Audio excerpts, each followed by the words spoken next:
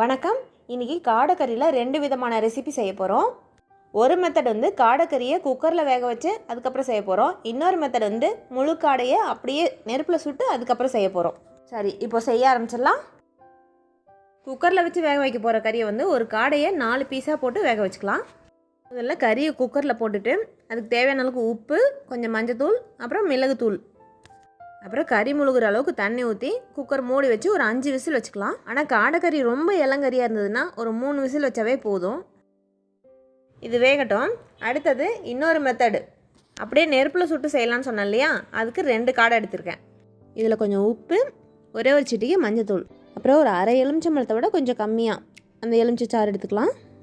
இதிலே வெறும் மிளகாத்தூள் ஒரு அரை ஸ்பூன் சேர்த்துக்கலாம். இப்போ இதெல்லாம் நல்லா கலந்து விட்டுட்டு ஒரு 10 நிமிஷம் ஊற வைக்கலாம். இப்போது தீயை கொஞ்சம் மீடியம் ஃப்ளேமில் வச்சுட்டு இந்த காடையை கொஞ்சம் நல்லா சுட்டு எடுத்துக்கலாம்.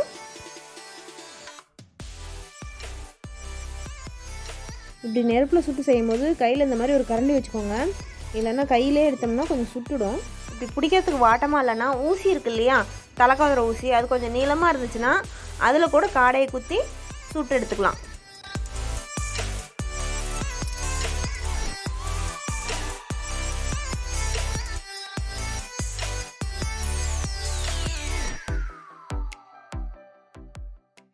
இப்போ இந்த காடை 2ஐயும் சுட்டு எடுத்துட்டோம் இல்லையா, இது கொஞ்சம் நேரம் ஆறட்டும். இப்போ இந்த குக்கரில் போட்டு வேக வச்சோம் இல்லையா, அது எப்படி இருக்குன்னு பார்க்கலாம். காடைக்கறி நல்லா சூப்பராக வெந்திருக்கு. இப்போ இந்த காடை வேக வச்ச தண்ணியை சூப் குடிக்கிறதுக்கு உபயோகப்படுத்திக்கலாம். இப்போது குக்கரில் வேக வச்ச காடையும் நெருப்பில் சுட்ட காடையும் நல்லா ஆறிடுச்சு. இனிமேல் இதில் இருக்க போன்ஸ்லாம் எடுத்துகிட்டு அந்த சதையை மட்டும்தான் வச்சு வறுவல் செய்ய போகிறோம். போன்ஸ்லாம் எடுத்துகிட்டு இந்த சதையை மட்டும் எடுத்து வச்சுக்கிட்டோம். இனிமேல் இதை வறுவல் செய்ய ஆரம்பிக்கலாம். நம்ம குக்கரில் வேக வச்ச காடை வந்து நல்லாவே வெந்துடுச்சு, அதனால் அது சும்மா வறுவல் மட்டும் பண்ணால் போதும். ஆனால் நம்ம இந்த நெருப்பில் சுட்டோம் இல்லையா, அது வந்து ஒரு 3/4 வேக்காடு அளவுக்கு தான் வெந்திருக்கும். அதனால் அதை கொஞ்சம் நல்லா மசாலாலாம் போட்டு ஊற வச்சு அதுக்கப்புறம் தான் வறுக்க போகிறோம். அதனால் அதை ஊற வைக்கிறதுக்கு கொஞ்சம் மசாலா ரெடி பண்ணிக்கலாம்.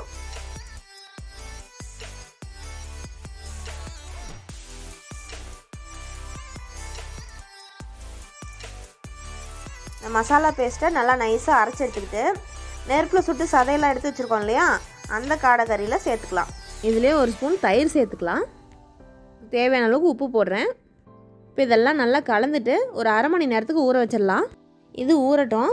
அதுக்குள்ளே நம்ம அந்த குக்கரில் வேக வச்ச காடைக்கறி இருக்கு இல்லையா, அதை வறுத்துக்கலாம்.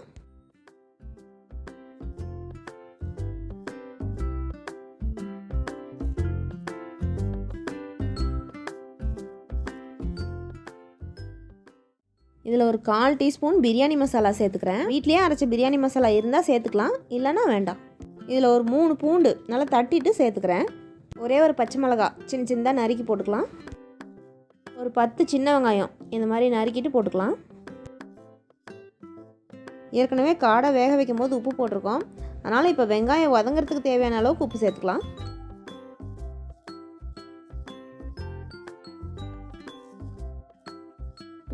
இப்போ வெங்காயம்லாம் நல்லா வதங்கிடுச்சு.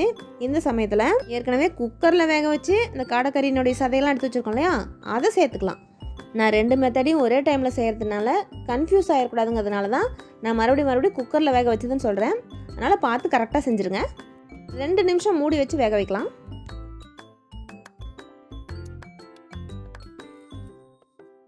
இதில் வாசனைக்கு கொஞ்சமாக கொத்தமல்லி தழை போடுறேன். அவ்வளோதான். கடைசியாக தீயை அணைச்சிட்டு மிளகுத்தூள் தூவிக்கலாம். ஒரு மெத்தட் ரெசிபி செஞ்சு முடிச்சாச்சு. இப்போது அடுத்த மெத்தட் செய்ய ஆரம்பிக்கலாம். இந்த மெத்தடுக்கு வந்து நம்ம ஏற்கனவே மசாலாலாம் போட்டு கலந்து தான் வச்சுருக்கோம் இல்லையா, அதனால் கருவேப்பிலை பொரிஞ்சோடனே அப்படியே போட்டு வதக்கலாம்.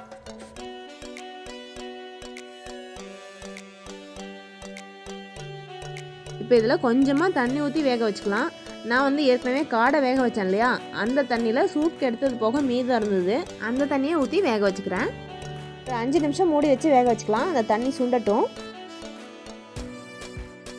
அவ்வளோதான். கடைசியாக வாசனைக்கு இதில் கொஞ்சம் கொத்தமல்லி தழை போட்டு தீ அணைச்சிடலாம்.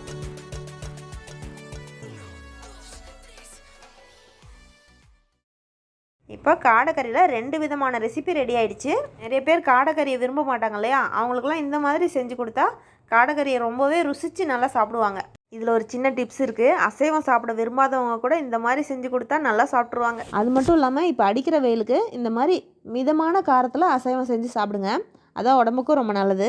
2 மெத்தடில் புதுவிதமான காடைக்கறி சுவைக்கலாம்.